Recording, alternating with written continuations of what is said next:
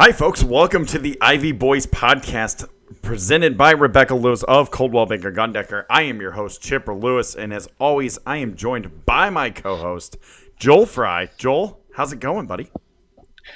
Could have been going a lot worse, man. Losing 3 out of 4 sounds very different from splitting home against on paper is an inferior opponent.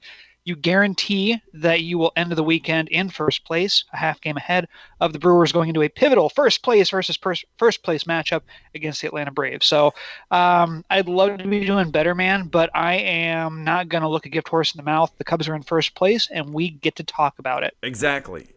And if you don't count, you count it, but you know what I'm about to say here is if you... Yesterday was whatever. You lost 10-2. Everybody wants to put blame on Katana, but you and I both know it was not his fault. You can't have so many errors. You can't. Katana didn't just score 2 runs. It's simple as that. But today's game against DeGrom, they did exactly what the Cubs have always done against a powerhouse pitcher, an ace. They kept it close against DeGrom. And they knew that if they could get to the bullpen, they have a shot. And that's exactly what happened. Yes, and you know what? You can't be relying on late game heroics all the time, but it was nice to get them today. Javi Baez really struggling as of recent. I saw Jesse Rogers on Twitter put out that over Baez's last 70 plate appearances before his final 2 plate appearances today, he was awful, batting under 200, not being productive in any way whatsoever. And then you get those last couple of at-bats for him. He's getting rolling a little bit, and that big 3-run homer is nice to see. You get that win. You snatch a victory from the jaws of defeat against a guy who you can make a realistic statement that DeGrom is the best pitcher in baseball. I don't think that's true. I still go with Scherzer. That's just me personally, but DeGrom is definitely a top 5 guy in my book. And you had an excellent approach against him, an approach that your coaching staff has been preaching in a lot of ways throughout this season, and to see it come to fruition there against a great pitcher is really rewarding. Yeah, I agree, and that's what's so great about it is it's good to know because DeGrom is the type of pitchers that you're going to see in the playoffs and down the stretch. You're not going to see the Jason Vargases and people like that. You're going to see Jacob DeGrom. You're going to see Max Scherzer. You see Clayton Kershaw, Ryu. I can just go on and on. You're going to see those types of pitchers. And knowing that you have a shot against them and you give yourself a shot against them, that's the key. And it just feels like sometimes that the Cubs play down to their opponent, especially there's the starting pitcher that they're going up against. It just feels like they are just go down to their level.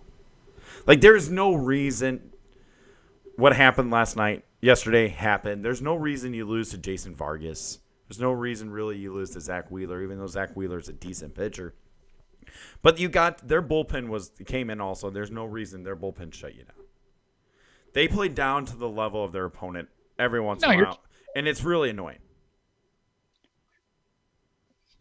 It is, and nothing is more true, or nothing exemplifies that more than when you watch the Cubs against a guy making his major league debut. And I think the Cubs are going to have that in the upcoming Braves series, potentially a guy making his major league debut. So we'll see. Hope Cubs can give him an unwelcoming first impression of Major League Baseball, but. Gosh, it's great to see the Cubs pitcher who made his major league debut do so well, and Adbert Alzolay, who will make his first start on Tuesday. But you're 100% right, man. The Cubs make guys with 5 ERAs look like they're 2.6 guys every once in a while, and it is very frustrating. I am really happy that I'm not the only one that can't pronounce his name. I've heard it 3 different ways. I've heard Adbert, I've heard Adbear, and I've heard Adbert. And I'm going to go with Adbert, where you just kind of gloss over the T. Adbert. And that's what Len Casper said, and he's the guy that did the research, so I'm going to trust him. Adbert. No, that's too heavy on the T. Adbert. Adbert. I see. I can't. So like Roberto, but Adbert. Okay. Alzole. So there we go. Alzole. Alzole it is. Senor Alzole. Ole. No. Senor Alzole. I like that a lot. But yes, that was... Ole. You like that, right? Senor Alzole. Mm-hmm. Giving some love. We got lost there. The emphasis on the syllables. Yes. But you're right. It was awesome. What a great first appearance by him. He, what was it? 4 straight strikeouts? If I'm not mistaken. Yep, 4 straight strikeouts. 4 scoreless. I think I'm going to look it up. He might look that up and get back to you on it. But the guy was rocking. You see I believe it was a 17, maybe 18 mile per hour difference between his curve and his fastball. You got guys guessing all night on that. It was only a matter of time that he was going to lose it a little bit there in the 9th. He had never pitched in the major leagues before, and now he's throwing 50 pitches. It's going to happen. I mean, I was all for him going out for the 9th, but I wasn't shocked that he struggled in the 9th. Those two things can be together. I was all for it. Let him. You're up by 4 runs. Let Alzole maybe hit some adversity for the first time. Yeah, it was great that it took 5 innings for him to hit adversity, by the way. So that's good news. But we'll see what he does as a starter. And so far, so good from the young man. Tuesday, right? That's correct. Tuesday. Big game that Tuesday. Yeah, against the Braves. With the 6-man rotation. Really good Braves team. I mean, really good. Yeah, first place in a division that I did not expect them to be in first place. I mean, okay, I don't take that back, but I knew they were going to be competitive this year. Of course, they've been building toward this. I mean, the guys who they had been drafting and all those years of mediocrity or sub-mediocrity, just being a bad baseball team, to get guys like Dansby Swanson and players like that, it is coming around now, and they are a fine baseball team top to bottom. You got a couple of legitimate stars, and you got a bunch of talented guys. I think the Braves are almost like a less surprising version in the National League of the Twins. Okay. How far less? How far? Less surprising? Yeah. In that the Twins were supposed to be nowhere near leading the Central in the AL Central. They were clearly not the team to beat. The Indians were the team to beat, and you've got this extraordinarily talented, well-run team up in Minnesota that is now 20-something games over 500. I mean, that's incredibly shocking. And then you've got Atlanta, who is expected to be competitive, although I would have picked the Phillies in the East. And who knows? It could still be the Phillies. I mean, that division is far from over, but Atlanta's playing really well right now. You say it's far from over, but it's 6.5 games. You say it's far from over, but it's 6.5 games. Did you know that? Yeah, 6.5 games. The Cubs were up by 5 games heading into September last year. Okay, but that was a near historic run by the Brewers just to catch them. We've gone over this. It was an impressive run. I don't know if it was near historic, and plus, historic doesn't mean it can't be done again. It's June 23rd as of this recording. No, there are 85 games to go in the season. 6 out of 85. It is not impossible to think that is getting swept, sweeping, and then losing 2 is hot for a little while. I mean, 6 games can go away realistically in 2.5 weeks, and it does not look all that remarkable when it happens. True. By the way, only 85 games left. It's crazy. When you say it like that, that's crazy. Mm-hmm. But then again, you look at the calendar, it's June 23rd. June's over. Yes, it is. And, it is strange because you think about September being so far away, but in baseball terms, the season's half over. And Right. realistically, I mean, the Cubs are 42 and 35 right now, which 6 games over. You take first place, but they were 25 and 14 at one point. Think about that. So the Cubs go 2-7, and then after going 2-7, they go 23 and 7. That was really So good. they're 25 and 14. Since then, the Cubs, including today, have gone 17 and 21. Yeah, 17 and 21. Um, Suboptimal, Chipper. That's a very long stretch of sub 500 baseball that the Cubs have been playing. So that brings me to my question. Which Cubs team, who are they? They are the 2017 Cubs, a team that, well, boy, the 2017 Cubs scored runs better than the 2018 Cubs toward the end. It's so disappointing that last year's Cubs fell off offensively in the second half of the season, because that was a great baseball team in the first half of the year, Right. and it was a solid, good pitching staff in the second half of the year. Really good, in fact, once Cole Hamels came on board. So you feel like this is kind of the same team that was on the field last year. Javi Baez hitting around 280, 285 now. Chris Bryant's healthy. So they're last year's Cubs with a healthy Chris Bryant, which means I would put them up against pretty much anybody in the National. Even the Dodgers, they the Cubs on paper kind of get shellacked against the Dodgers, but if you're watching those games, watching every pitch, you can see where Right. those games go the other way just as easily. So this is the second best team in the National League. That's where I'll put you. That's who they are. And however you get there is however you get there. I even talked about it in the last podcast when I did it by myself, and I want to get your opinion on it. I mean, that series against the Dodgers, yeah, they lost 3 out of 4. But every game was close. The Cubs had a shot in every single game. Correct. And it just tells me right there that those two are the best teams in the National League. And the Dodgers have the edge right now because everybody's doing exactly what they're supposed to do. The Cubs can lose to anybody, but look at the American League real quick. Notice that Houston has lost 7 games in a row and no one bats an eye. And I know that, I mean, nationally, I don't think the Cubs struggles are nationally, people look at the NL Central and go, "Ooh, that's a tight race." They're not going and looking at the Cubs and saying, "Ooh, they're underperforming." The Cubs are overperforming if you ask the computers. You look at Right. PECOTA projecting 79 wins. The Cubs are doing better than they should be. And you think about some of the troubling things that the Cubs have dealt with over the last few weeks. John Lester pitching poorly.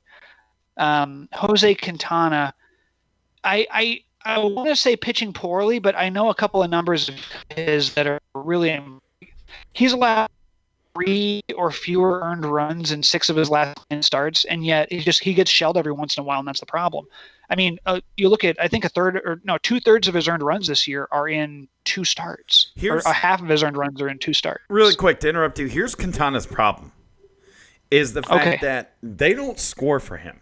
I think they're averaging 2.11 runs scored in Quintana's starts, and he gets the feeling like he has to get everybody out. Like he has no choice. It's on his shoulder. And when Quintana does that, because he's not a John Lester, he's not a Max Scherzer or DeGrom, he's not an ace. So when Quintana has to do that, that's when he starts missing his spots. And when he misses his spots because he feels like he has to be pinpoint perfect, that's when he gets shelled. Right.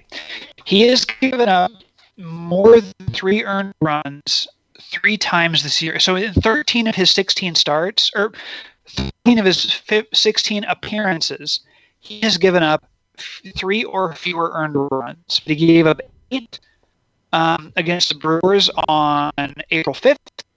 He gave up 5 against the Reds on May 26th, and then he gave up 8 yesterday. So, right there, of 44 earned runs he's given up, 21, half of them have come games. That kills you. That does kill you. That absolutely kills you. And, it's funny. You sit here and you talk about We said that the Braves are, only 6.5 games up, and you're like, well, that's actually not that far, 85 games. Astros are only 6.5 on the Rangers. Right, that's true. That's true. And you don't even think of the Rangers as the second most dangerous team in the division. I think the A's should be playing much better than they are. Yeah, but the Rangers are 6.5 behind Houston now. That's crazy. I'm not saying catch them. But the Rangers are playing really good baseball. 6 of the last 4. Houston's lost 3 of their last 7. Last 10. They went 3-7 in the last 10. Right. So I'm not saying that Texas is going to catch them. Houston still wins that division, but I thought that division was over. And I thought it was going to be... I thought so too. So I thought that it was... We lost the stream. And we're back. And that was weird. My computer's being weird. And so... Where am I going? I lost what I was saying. We lost the stream right there for a second, folks. Sorry about that. Well, here, let me. Can I redirect it just really quickly? Maybe we can get back to your point. Yes, please. What divisions are over at this point? The NL West, the Dodgers lead by 12 games. That's over. Yeah, that's over. And then is the AL Central over? They lead the Twins lead by 8 games over the Indians. I don't want to say that's over yet. Interesting. Okay. So you're kind of thinking that Minnesota might be fool's gold. Yes. 77 games in. They're the only team in the AL that has 50 wins. And with 85 games to go for them, with a run differential of 105, which is the second best in all of baseball, saying that division is not, that race is not over. No. Okay. I just don't feel like it is. I don't know. I don't know if it's because it's the Twins or that I feel like the Cleveland Indians are underperforming. I mean, for me, it has to be that second point. It has to be that the Indians are underperforming because Minnesota at this point, all their peripherals suggest that they are as good as they say that they are. Against teams that are over 500, they're 14-14. Meanwhile, Indians against teams over 500, they're 14-19. They're a bad baseball team against teams over 500. True. That's a really good point. Really good point. So it depends, man. But I know that the Indians are probably underperforming. But I look at it and I think that's a top heavy baseball team. Minnesota isn't necessarily top heavy. They're just all plus baseball players, and their run differential and everything else kind of it proves that out. It's like the Cubs in some ways. Uh-oh. Doesn't really have that many parallels. The Cubs are full of stars, some of whom are underperforming, and even the guys who aren't stars on the team, with the exception of maybe 2 guys, are positive players to have on your team. I don't think Daniel Descalso is a positive differential player. So that hurts. But aside from that, I mean, most guys that you can plug in at certain places for the Cubs, you're going to get positive dividends. How not good is Daniel Descalso right now? He could be better. He could be better. He could be much better. I think his gosh, I need to look this up. So I think he's probably about 40% worse than your typical Major League Baseball player. Let me. Yeah, you're telling see me here. You are telling me there's not a single person in Iowa that could play better than Descalso. Oh gosh, I'm telling you, there are 3. One of them is probably Ian Happ. Ian Happ would be better than Daniel Descalso. Garcia. Yeah. And I'm sure there's another one I can't. Guys who play second base. I mean, you could probably teach Johnny Field to play second base. I'd rather have a guy that plays shortstop. Oh, okay. Only because Descalso primarily played second. Right. Only because then you can give Javi a day off without having to put Addison Russell there. In 62 games, Daniel Descalso has 40 total bases. He's batting 188. His OPS is 567. And I know this from watching ESPN's broadcast, which I almost never do, but the Cubs are on it every other week, it seems. Typical baseball, across baseball, your typical OPS is about 750. He's 183 points worse than your average baseball player when it comes to OPS. He has got to be one of the least productive players in all of baseball who has 150 plate appearances. I'm going to look that up. Yeah, I know Daniel Descalso is a better player than this, but it's not working. Do you DFA Daniel Descalso? No, I don't think you DFA him. But it's hard to say now that I think about it. Thinking out loud, I still say no. You don't DFA him. Okay. But I don't know what you do in the meantime. I don't know what the alternative plan for him is. There is no answer. I don't think he has options, so you can't really send him down to AAA Iowa. I mean, right. The more I think about it, man, I would have to see it for a little bit longer. It's not the All-Star game yet, and that's the only reason I have for not DFAing him. Now that I think about it, it's not the All-Star game yet. If they trade for a middle infielder, didn't you DFA him to make room? Yes, I think it's unlikely that the Cubs do that. I mean, there's of course that one name out there. It's Whit Merrifield. It is, but do you trade for him off of your Is Ian Happ on the trade block if you're Theo Epstein right now? Yes. Okay. But I said that in the last podcast that there's only maybe 5 untouchables. Okay, and your 5 untouchables are of course Bryant, Rizzo, Baez. And you're talking about position players? Yes. So Contreras, and then, you can't trade Hayward. Nico. Okay. And Nico's my only minor leaguer. And I would say that Hayward's contract makes him untouchable. No one's going to take that on. That's not what I consider untouchable, though. He's really had a rough time. He's untouchable by default. Yes, he is unfortunately untouchable. So I don't look at that as him being technically an untouchable in the sense that we're talking about here. Okay, I got you. He does have 10 home runs this year. He hit 8 all of last season. It'll be that he doesn't have his most home runs as a Cub at the end of this season. He's on pace to hit 20 home runs this year. Which is great. Which is absolutely great. Is it? Yeah. Which we didn't expect. So Hayward's last 106. No, here. Oh, go ahead. Sorry. No, go ahead. I was going to change the subject, but go ahead. I'm really curious about this one now. I want to do one last thing with Hayward.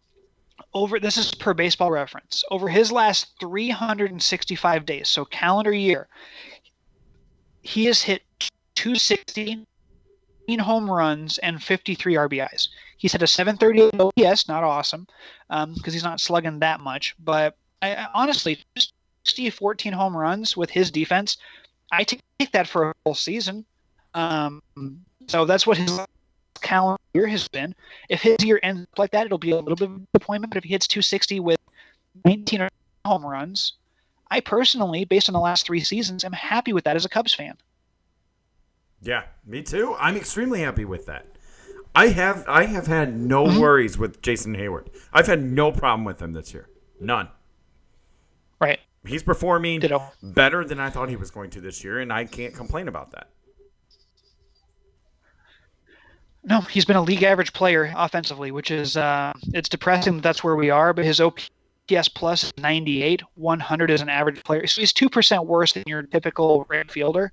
But look, man, based on what he had been over the last few years, this is his best offensive season as a Cub, unfortunately. Yeah. You're correct. There's no arguing there. This is the Ivy Boys podcast presented by RebeccaSellsDreams.com. Rebecca Lewis of Coldwell Baker Gundecker, 314-369-9680. Folks, again, I do want to apologize for the technical difficulties that we're experiencing tonight. I don't know what's going on. There's been a lot of rain and storms in both of mine and Joel's areas. So I feel like that might be affecting it a little bit. So, again, bear with us. Joel's robot voice is kind of back. I know it is. We had dropped the stream there for a second. We do apologize for that. We promise to try to fix this next episode.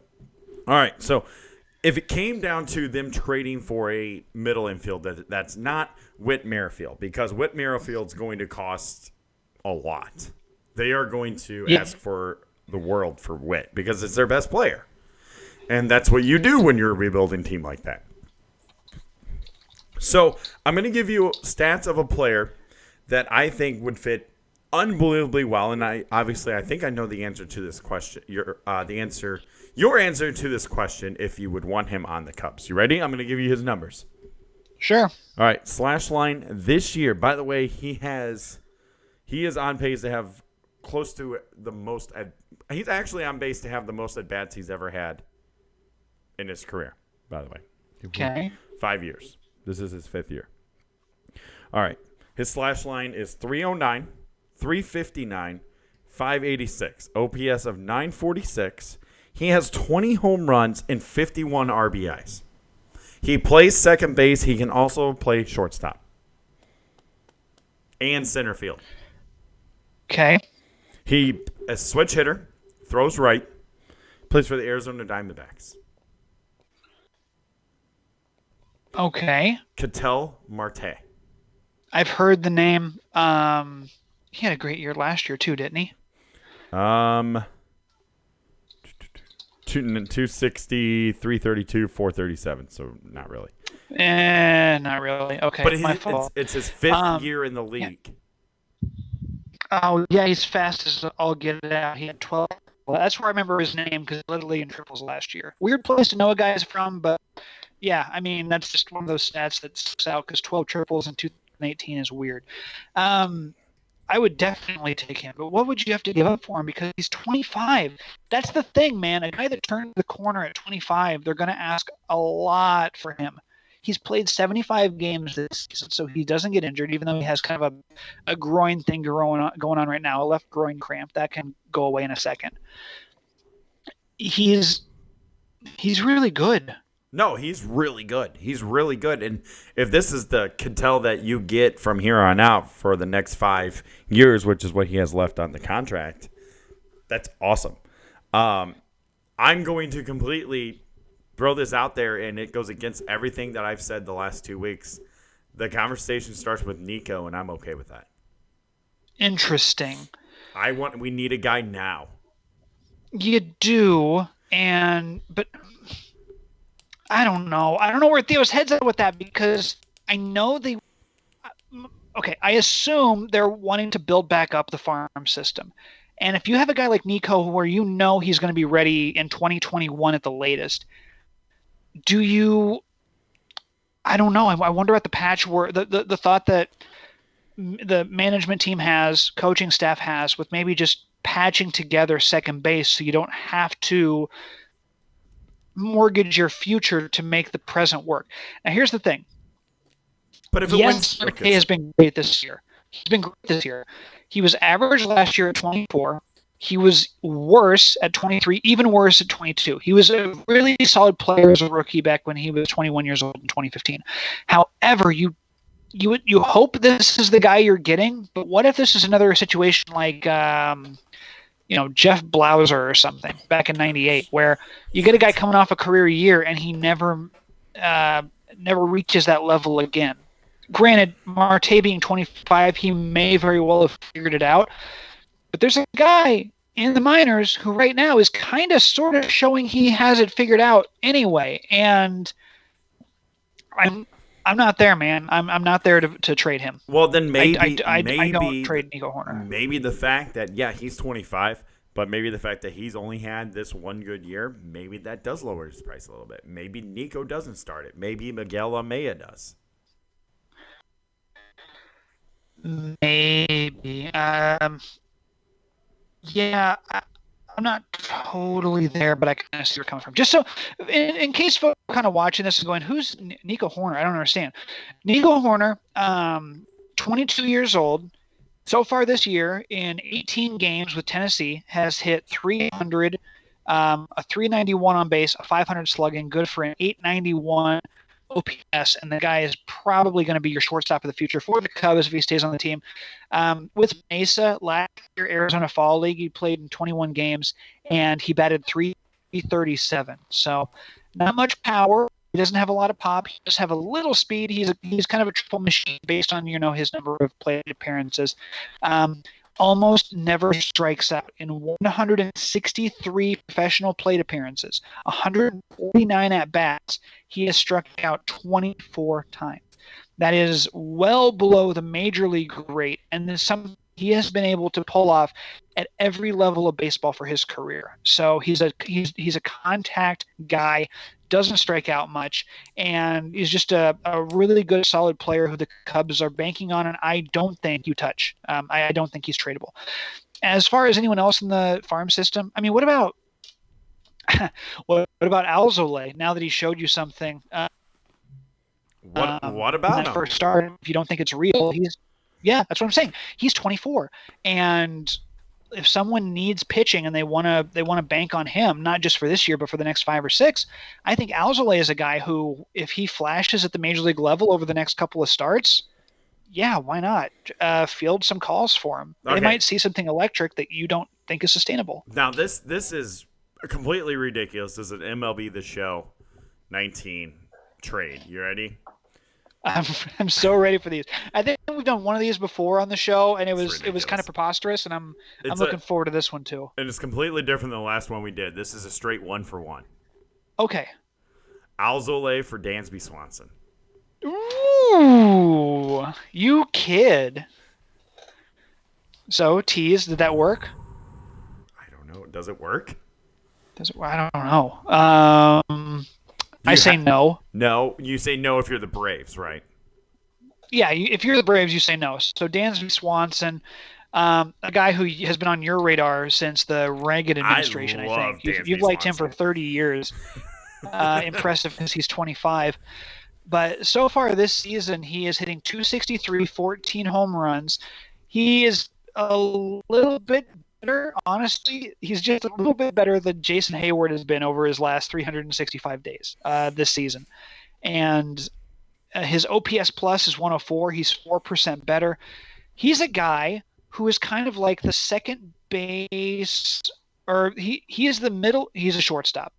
He's the shortstop Braves version of Kyle Schwarber, a guy with a ton of talent and potential who hasn't reached it yet. And even though time is running out, he's your own personal asset, so you don't want to give up on him yet.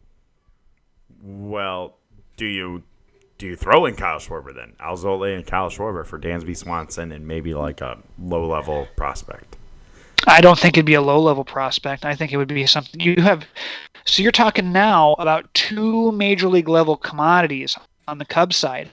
Schwarber has his issues, prospect, many of which I document regularly on Twitter and on the website. But at the end of the day, the guy's going to hit 30 home runs this season, and that is hard to replace even in this era of home run ball. I mean, that just means that everybody's 20 home runs. It's still hard to hit 30 in this day and age, and Schwarber's going to end the year with 30 to 35 dingers. So his OPS is about the same, the two of them. Schwarber has a worse batting average, but there's just something in there, man, that I don't think you get rid of Schwarber's pop for a guy who, I mean, their OPS pluses are about the same. You probably, if you're going to, because you mentioned Alzolay and Schwarber for Swanson and a low-level guy. Yeah, I take back the low-level, by the way. A straight up Schwarber for Swanson, it probably doesn't do much for either team, honestly. Right, and then you just give up Alzolay for basically nothing. Yeah. That makes sense. Okay, so not Alzolay, Miguel Amaya. Okay. And Schwarber for Dansby Swanson and a high-end pitching prospect. Mike Voltanovich. Because he just got options. I don't hate that. You think they take Amaya? I mean, because he's only 20 years old? Yes, because they don't Amaya, have by the a way, catching. They have one catching prospect. They have one catching prospect. Swelson Contreras' his brother. That's it. Right. Amaya, by the way, not much of a hitter. He's played in 284 minor league baseball games at various levels. He's an A+ ball right now. So, I mean, he's super raw, super raw. But in those 284 games, he's batting 240. He has a 693 OPS. Very pedestrian numbers. But, I mean, you know what? If you can cultivate it. You know who else had garbage numbers their first couple of seasons in the minor leagues was Wilson Contreras. Correct. And then he flipped the switch and was up to the major leagues very quickly. So, yeah, I mean, you're banking on a lot if you're the Braves. If you go for that, I don't think I take it. It's tough, man. It is. Thinking about trades and giving away commodities that you don't know what other teams see in them. And I'm willing and happy to talk, time. We've done it on this show many times, and we will continue to. But to get a middle infielder like Dansby Swanson, and you think about what you're willing to give up, you're basically, I'm going to stand by it. I'm going to say he is the Braves shortstop version of Kyle Schwarber. And even then, if you get Swanson, you move him to second base, he's a shortstop. Do you keep him short and move Javi to second? What do you do if you have a guy like that? That's true. I mean, you're right, and that's why this was our edition of MLB The Show 19 trades ideas. Right. That's what this was. This is the Ivy Boys podcast presented by Rebecca Lewis of Coldwell Banker Gun Decker, 314-369-9680 at BeccaSellsDreams.com. And it's funny because it feels like it's still super early in the season, but like you said, there's only 85 games left. We are basically a month away, a month and 7 days away from the trade deadline. The only trade deadline. There is no August trade deadline. This is it. And you are now to the point where you're starting to realize who actually are the sellers and who are the buyers. And that's when you start discussing who is, who on the sellers do you think is going to be the movable pieces? And that's why everybody's talking about Whit Merrifield, I want to point out. It's because the Kansas City Royals are not good. They're 27-51. Right. They're very bad. They could be historically bad. We'll see. We'll see what they do after the deadline and get rid of their commodities, because if they do get rid of a couple of guys like Merrifield and I mean who else? Who knows? Their catcher might go, and how over are they willing to start? And are they going to get rid of anybody that their fans have heard of? Are they willing to go Baltimore Oriole level? That is the question. Here's the thing. If they go Baltimore Oriole level, I'm more confident in the Royals being able to come back from it, because the Orioles have been in Baltimore Oriole level for 3 years now, and there's no real end in sight. I just don't think their organization's good enough to overcome that. But I think the Royals do have a good enough organization. 5 years ago, they went to the ALCS. Yeah. That's right. And now they've won 22 games. Yeah. Meanwhile, 4 years ago, the Royals won the World Series, and they've won 27. Correct. Yep. So so Merrifield, what are you willing to give up for him? Like I said, they're going to ask for everything. They don't have to move him. That's the thing. They have no reason to move Merrifield this year at the deadline. They can wait till the offseason. They don't care. They just want to get the most that they can get out of for him. So they have he's having his best season. Exactly. They have no incentive, no reason to sell low on Merrifield right now. So they're going to ask for the world. That's going to include Nico. It's going to include Alzolay or, Dwayne Underwood Jr., which I'm still have not given up on. Or even Ian Happ or Kyle Schwarber, that's where those conversations are going to start. And I don't think you start there for Whit. I'm sorry. I like the guy. I think he's a really good ball player, but he's 30. Exactly. Not a lot of guys on the Cubs team, period, except for the pitching rotation, are 30.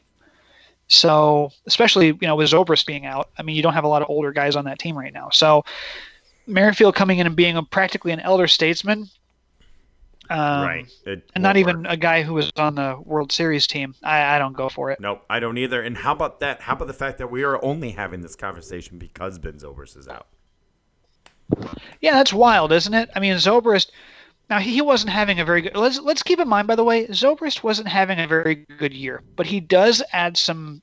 He did add some solidity and continuity to the lineup, and he was a guy whose name is not Daniel Descalzo. We are having this for two reasons, Chipper. One, because Ben Zobrist isn't on the team, and two, because Descalzo has been hot, flaming garbage. Not nearly the player that we expected. I thought he would be much better than this, of course. Me too. We never sign a guy and expect him to hit 188 through June 23rd. And the front office was expecting that too. The guy had a lot of good peripherals that made them want to give him a good portion of money. And it just hasn't panned out so far. Not saying he can't get hot, but at this point, you're only a half game up on the Brewers. And there's a lot of interdivisional games coming up. So you need to have someone who is solid. Descalzo hasn't been it. Zobrist isn't here, so henceforth we're having this conversation. It's rough. Exactly, and yes, they are half game up on the Brewers, and they are doing all this without Ben Zobrist. And I know you said he hadn't had this great start or anything like that, and I get that, but you can honestly say that most likely it was because he was dealing with the off-field issues that the reason why he's gone. Yes, but I mean, I don't know the guy. I don't know what's in his head. I know this has got to be tough for him, so I don't know how long it is before he is able to play well. You know, I mean, does he come back and this is still on his head and it's gnawing at him? He is, by the way, very old, so that doesn't help either. 38? Very old in baseball terms. I was going to say, we're only a few years younger than him. I know I am. I'm only like 4 years younger than Ben Zobrist.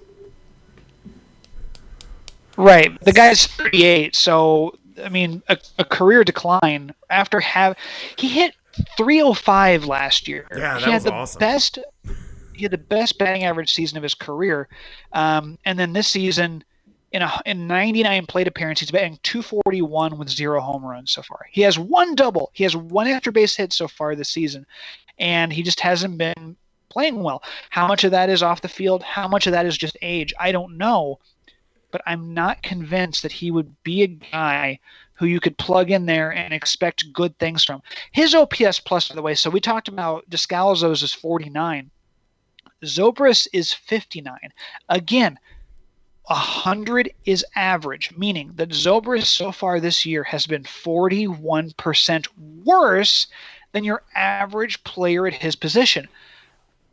I'm not all that excited about the prospect of him coming back right now. I don't think he comes back. I think we've seen the end of Ben Zobrist. I think he retires. Okay. I do. And I mean, more power to him, man. He's going through a lot. He's had a fine career. He's made 3 All-Star games in his career. He's been in the top 20 in MVP voting 3 times. 2-time World Series champion. Yeah, World Series MVP 1 year. I mean, wherever he goes, you win a World Series. So, except for Oakland. Except for Oakland, and he helped the Rays make the World Series 1 year. He's had a great career, and hats off to him if this is it. Absolutely. I mean, oh gosh, you know, at the time when he left, I didn't want to think about that. That could be the end of Ben Zobrist, but him being out, of course, cleared the money for Craig Kimbrell. Mm-hmm. That helped. Kimbrell looked great, by the way. Looked awesome at the minor league level. Awesome. Yeah, but that made it feel a little bit better. Again, I don't wish this upon anybody what he's going through or anything like that, but Cubs got Craig Kimbrell, and they fixed the biggest problem they had was the closer. Think about how great Stropey looked today against the Mets. Looked outstanding. Just think next week he's doing that in the 8th inning. Yeah, and you're making the game much shorter. Now, that said, you sure better get better performances out of your starters than you have recently. Since Kimbrell came on to the radar for the Cubs, you go from having the bullpen being the biggest need to looking at your offense and going, ugh, that's kind of inconsistent. You look at your starting rotation and going, no, Lester's looking 37 and Quintana's not getting the offense has to score runs, and the starting rotation's got to do better. Now, moving to a 6-man rotation might be the answer there because you're going to give your older guys more rest. But if Alzolay doesn't pan out, what if that was a flash in the pan from him? And I don't think it was, but what if it was? Plenty of guys have come out and been remarkable their first week in baseball and then fallen off because the league figures them out. What if Alzolay gets figured out, can't throw strikes, which isn't really his MO, but what if it happens? You go back to a 5-man rotation, and suddenly, again, you're not enjoying a lead in the 9th inning for Craig Kimbrel to save. You are in big trouble if that happens. So I look at this kind of guardedly optimistic, but understanding there's a lot more that has to go well for this team than just the 9th inning. You got to have a lead in the 9th inning, and right now this team doesn't look like they're as capable of doing that as they were 4 weeks ago. So we are, like I said, a month and a week away from the trade deadline, and they're going to the 6-man rotation. They're seeing what Alzolay can do, and if he doesn't pan out, do you make the move for a starter? No. I don't know what you have to give up. I think you have to dance with the girl that you brought. Okay. In this one. I think you stick with your team. You stick with your rotation. What if Hendricks is hurt more than we think he is? Then you try Chatwood or Montgomery in the rotation more often. And don't bristle at the option of Chatwood, by the way. He didn't pitch great his last time out, but he has a 3.6 ERA on the year.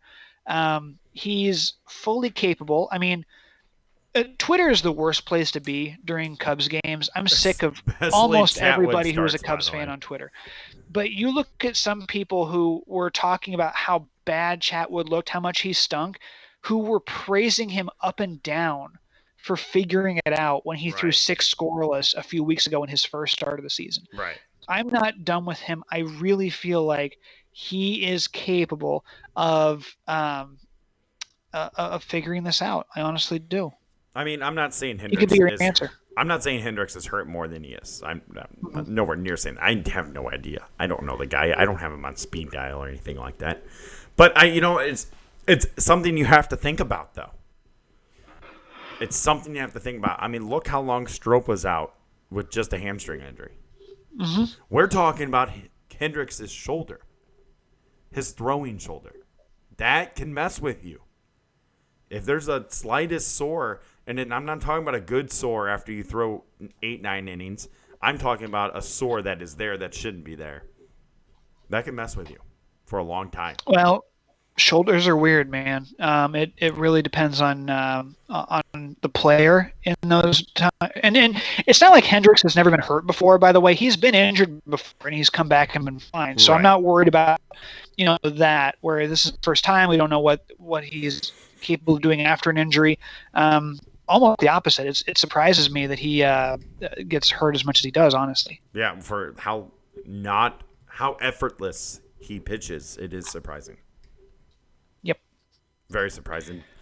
Blisters are a big thing with him. That makes sense because the way he spins the ball. Yes. So this is the Ivy Boys podcast presented by the MVP Realtor of the St. Louis area. Rebecca Lewis with Coldwell Banker Gundecker can answer all your questions related to selling your home fast. Her detailed marketing plan will outline her impressive online presence and a recommended professionals list that includes contractors, painters, home cleaning, and a home staging service that will keep your home at the top of any buyer's must-have list. Rebecca knows this area and can expertly consult you on your area's property values, information about housing trends, and how Coldwell Banker Gundecker will get your home sold fast. So call Rebecca Lewis at 314-369-9680 to get your home on the market now. As you can see right there between me and Joel, RebeccaSellsDreams.com. Okay, speaking of what you are looking, yeah, that's right, Joel. Good job. What you're looking at as a screen you see on the bottom, we have put our beer of choice to date. Very interesting here. Like I said last podcast, Joel and I are trying to keep it local. I'm going to try to do many Missouri craft beers that I can do. Joel's going to try to do Iowa craft beers, but we have completely shifted gears tonight because I've given you the recommendation of the Michelob Cactus Lime because I said it was better than Bud Light Lime. That's what you said. And so I've got it right here. My in-laws went to Wisconsin, and every time someone goes to Wisconsin that I know of, I have to get Spotted Cow. I have to. Okay. I have to. This stuff is good. It's good. It's simple as that. So that's what I'm drinking tonight, and it's a smooth ale. It's very smooth for being an ale, which I was a little surprised the first time I ever had it, because usually ales, when you think of ales, well, when I think of ales, I think of pale ales, and those can be a little bit hoppier for my taste. I can drink them, but I can't drink a lot of them. Like, I can't drink IPAs. I don't like IPAs. I don't think they're good. They're way too hoppy for me. Pale ales are a little hoppy. I can drink a few, and I'm good. But this stuff's delicious. It's got just the right amount of hoppiness, plus flavor like you would get with a lager. Excellent. Well, let us drink then. Yes. Have you tried your Michelob Lime? Yes, I have. I will give my synopsis as soon as I finish this one, though. A nice tall. I think this is six. This is a pint. This is a pint right here, or maybe not quite. That's fine. Okay, I'm gonna move the microphone away. Ready? Ready. All right. Cheers. 3, 2, 1.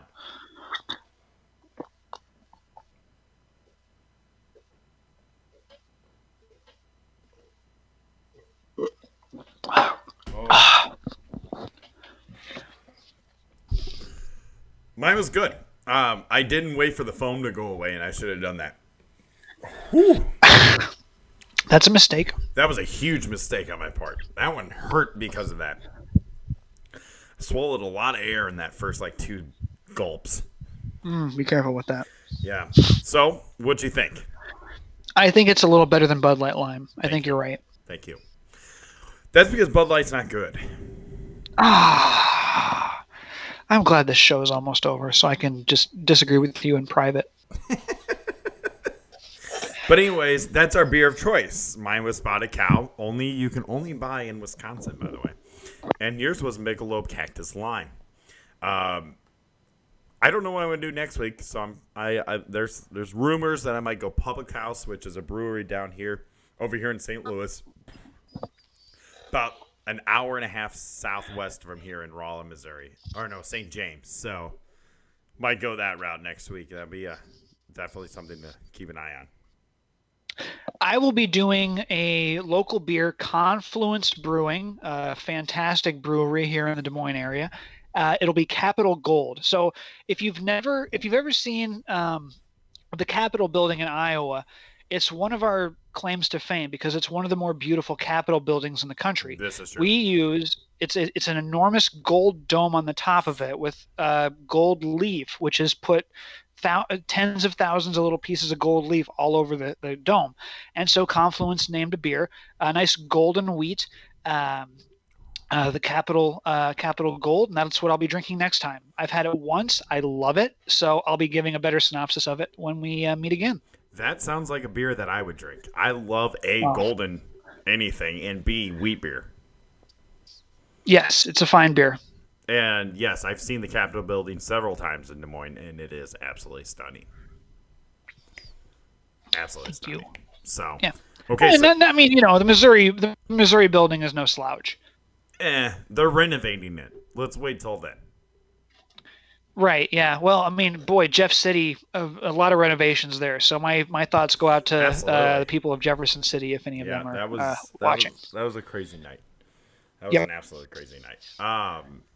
So anyways, there was our beer choices, and hopefully I can come through with mine. If not, I can find something local.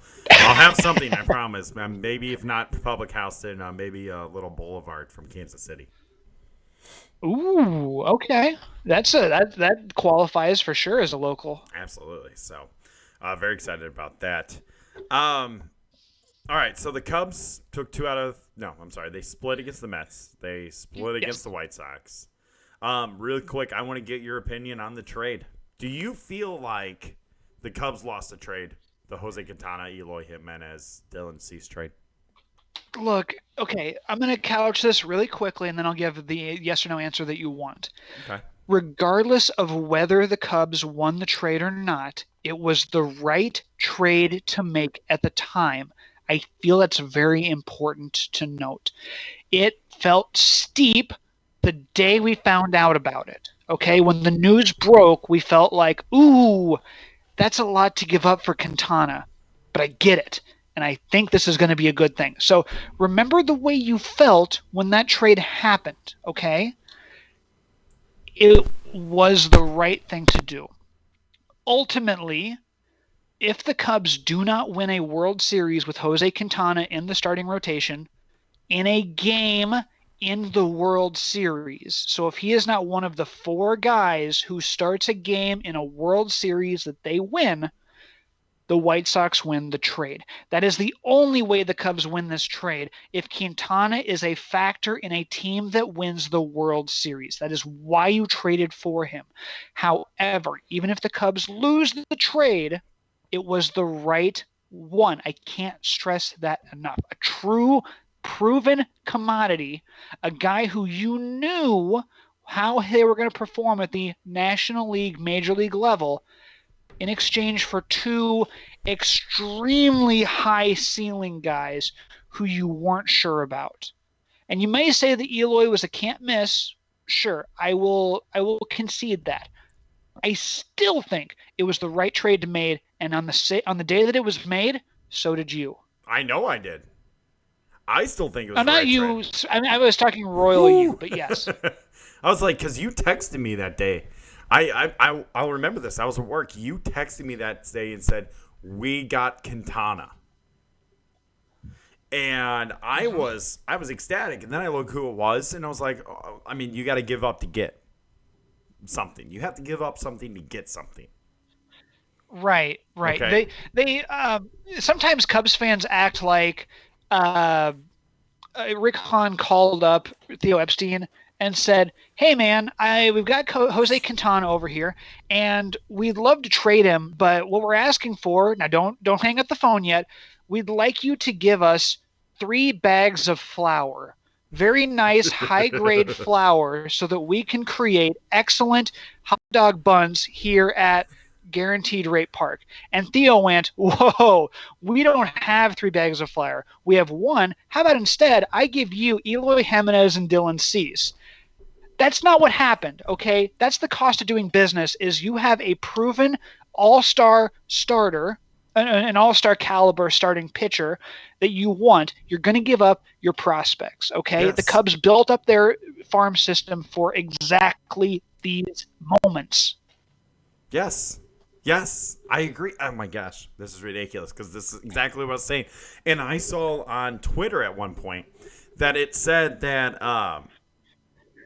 DeGrom is the type of pitcher you give Eloy and Cease up. Well, what if the Cubs did call New York? What if they did ask for DeGrom and it was more than Eloy and Dylan Cease? We ever think of that? When in reference to that comment? No, they obviously didn't. They look at it and think, well, Quintana hasn't performed anywhere where you're supposed to.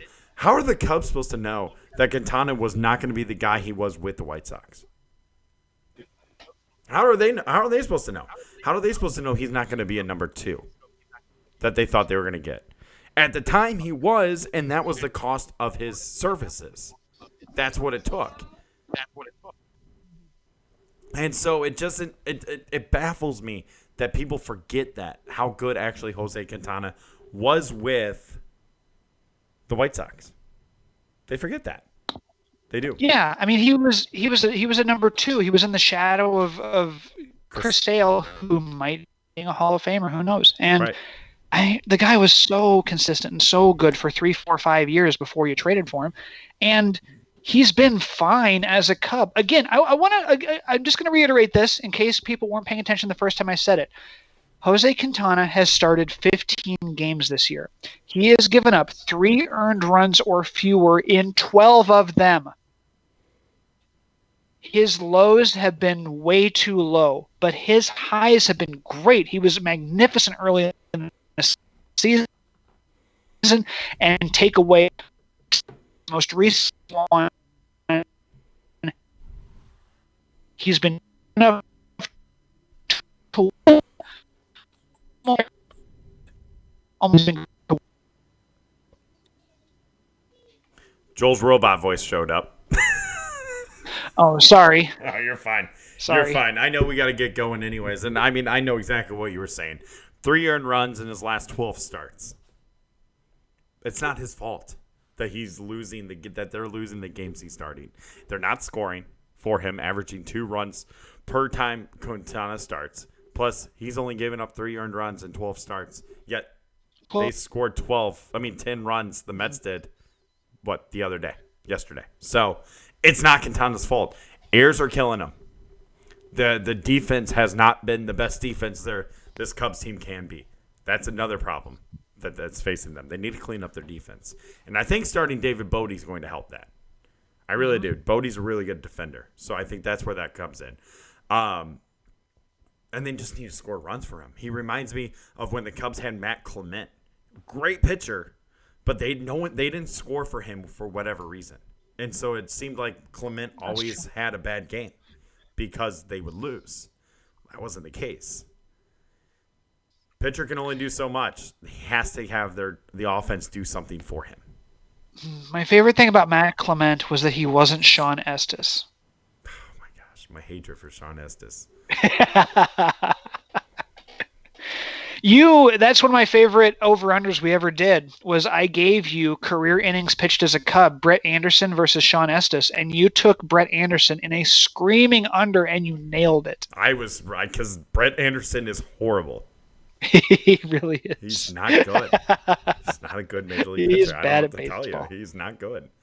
He'd be great in AAA. He's a career minor leaguer who just had a moment in major leagues, which makes no sense to me. Never made sense to me. Gosh, I love that I was right on that. I agree with you. I was very happy that I was right on that. Hey. This is the Ivy Boys podcast presented by Rebecca Lewis of Coldwell Banker Gundecker, 314-369-9680, RebeccaSellsDreams.com. Joel, final thought time. Hopefully we don't get your robot voice. Go ahead. Well, I've made predictions as far as where the Cubs are going to be in the standings each of the last couple of shows. I'm not going to do that this time.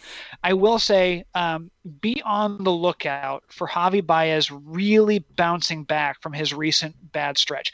I'm not saying that just because of his 3-run home run today against the Mets. I'm not saying that just because he has his last. I'm saying because the type of player he has proven himself throughout his entire career. He consistently improves, and you don't do that unless you acknowledge your flaws. There was a video going around. It was a side-by-side of Javi Baez's first career home run and then a home run from earlier this season. And his approach at the plate, his swing, his leg kick, everything is so much less exaggerated now. So that tells me he takes what he does wrong and he improves on it. And I think that's going to lend itself to him turning things around very quickly. I predict he is going to have a solid, if not monstrous, week before the next time we speak to you on YouTube. Whew. Whew. It's a bold prediction. I hope you're right. It's a bold prediction to say the guy who got second in MVP voting last season figures it out. Isn't that crazy? I guess. I mean, he is slumping, I guess. I don't realize it because he's still hitting 280 something. Yep. But he was hitting 320 something, and so yeah, I mean, it's just he's had this slow burn downward. How great is Chris Bryant's on base percentage, by the way? Love it. I love him. I think Chris is 400. one of those guys who just he's forever going to be underappreciated because he isn't elite at any one thing. You thought he was going to have elite power. He's going to hit about 30 home runs here. But he gets on base. He has a 394 on base, which is the second best of his career. He has his third best slugging. His slugging is about the same as it was back in 2017. He's just a really good baseball player, man. His OPS plus is 138, way better than last year, which his career is 138. So he's basically this year hitting to his career numbers. And Chris Bryant hitting to his career numbers is a great baseball player, and I'm thrilled to have him on the team this year. He's an MVP top 3 MVP finalist. That's what he is when he hits his career numbers. And that's what's exciting. My final thought's simple. The Cubs just need to play their game. And when they do, they're arguably the best team in baseball. Craig Kimbrell's coming next week. We know that. That's going to help. Stropey will go the 8th. Cishek and Kinsler in the 7th. You get the starters to go at least 6 innings. You're looking really, really good. And you get starters going 6 innings, and you have the offense putting up 4 runs, 4+ runs. You're looking good. You're going to win majority of the games you play.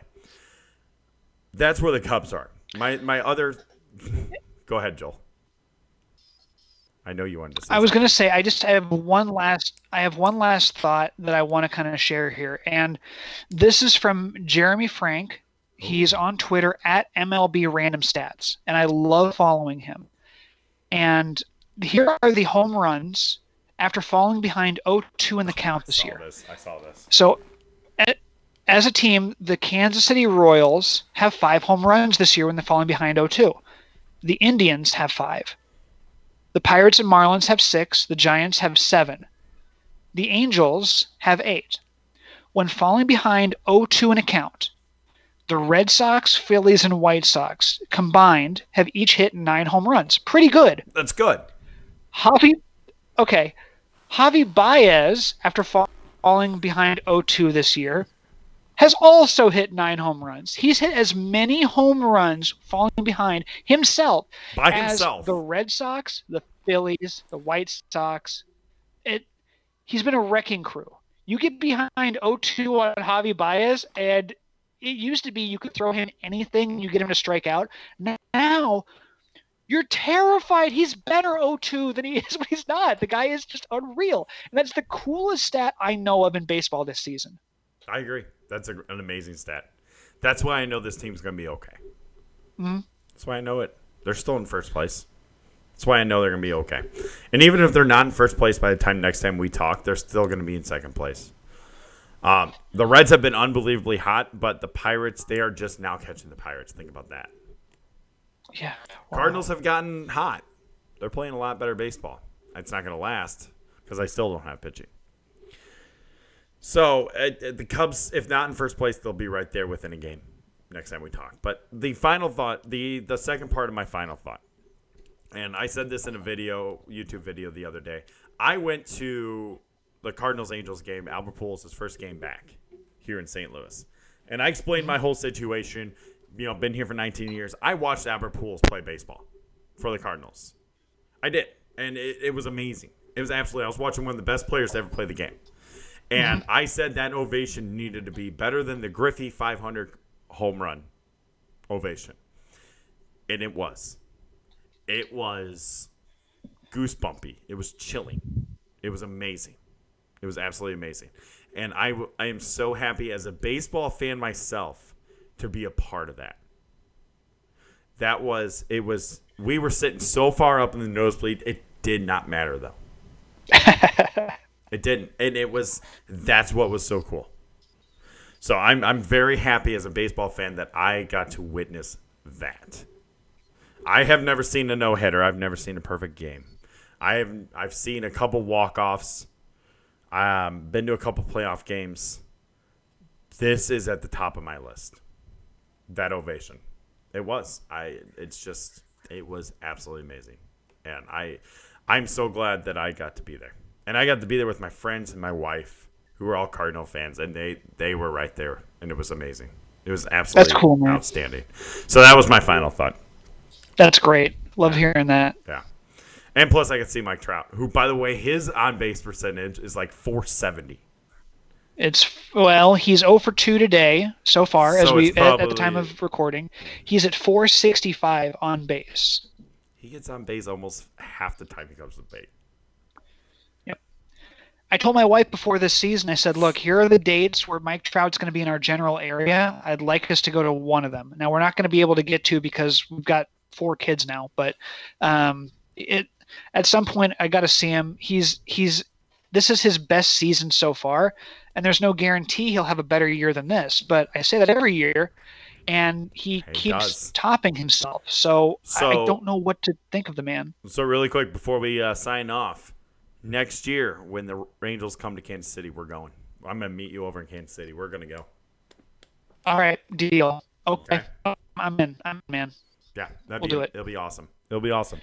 I Anyway, gotta bring at least two of my kids. I gotta bring my oldest two so they can remember seeing him play. I well, want them to that's fine. do that. I want to.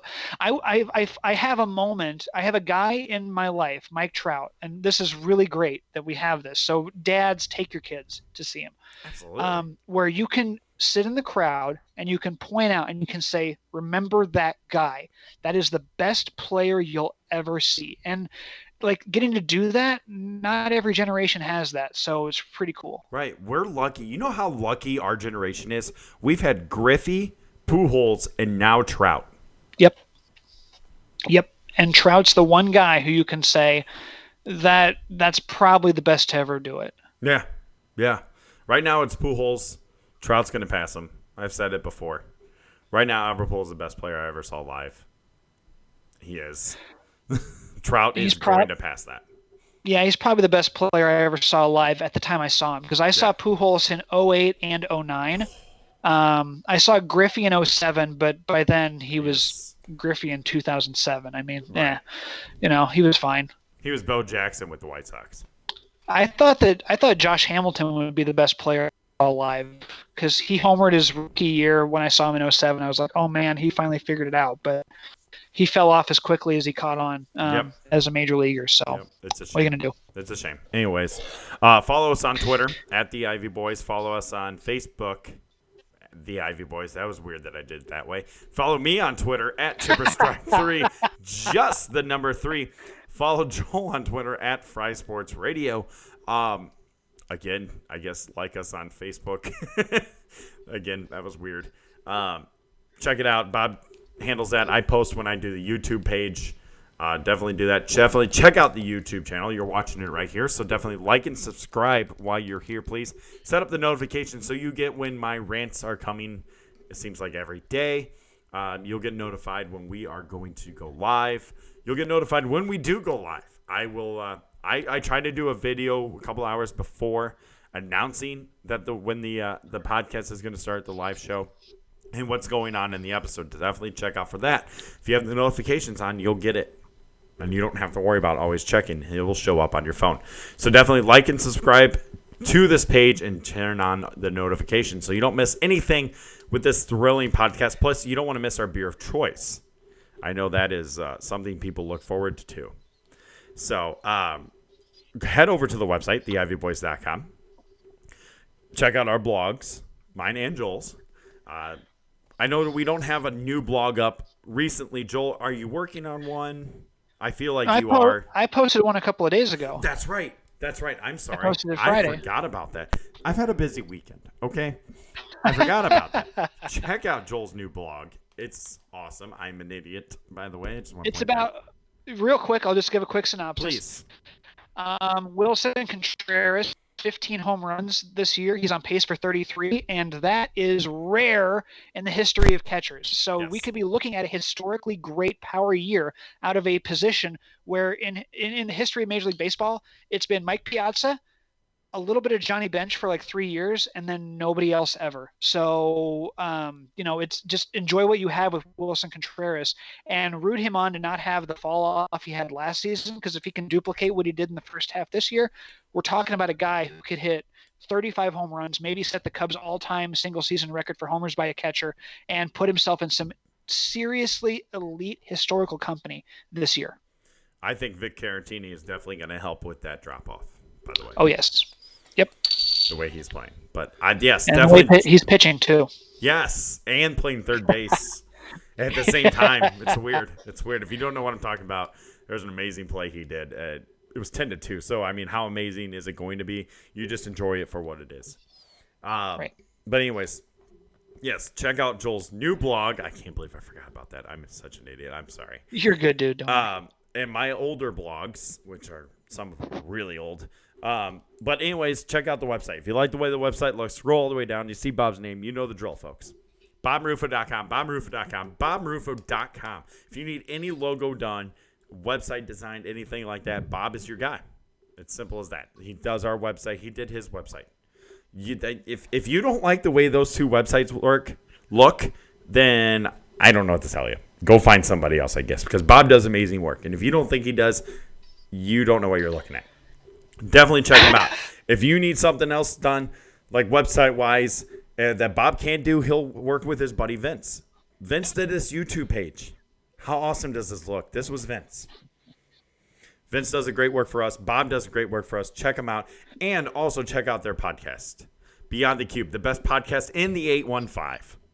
That is beyondthecube.com. You can find them anywhere that you download your podcast, iTunes, Spotify, Google Play Store, anything like that. I think they're even on TuneIn.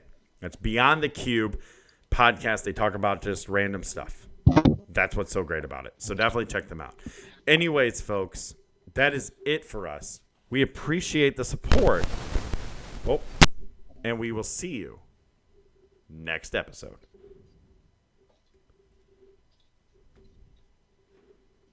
We clear? Nope. We're behind the scenes there.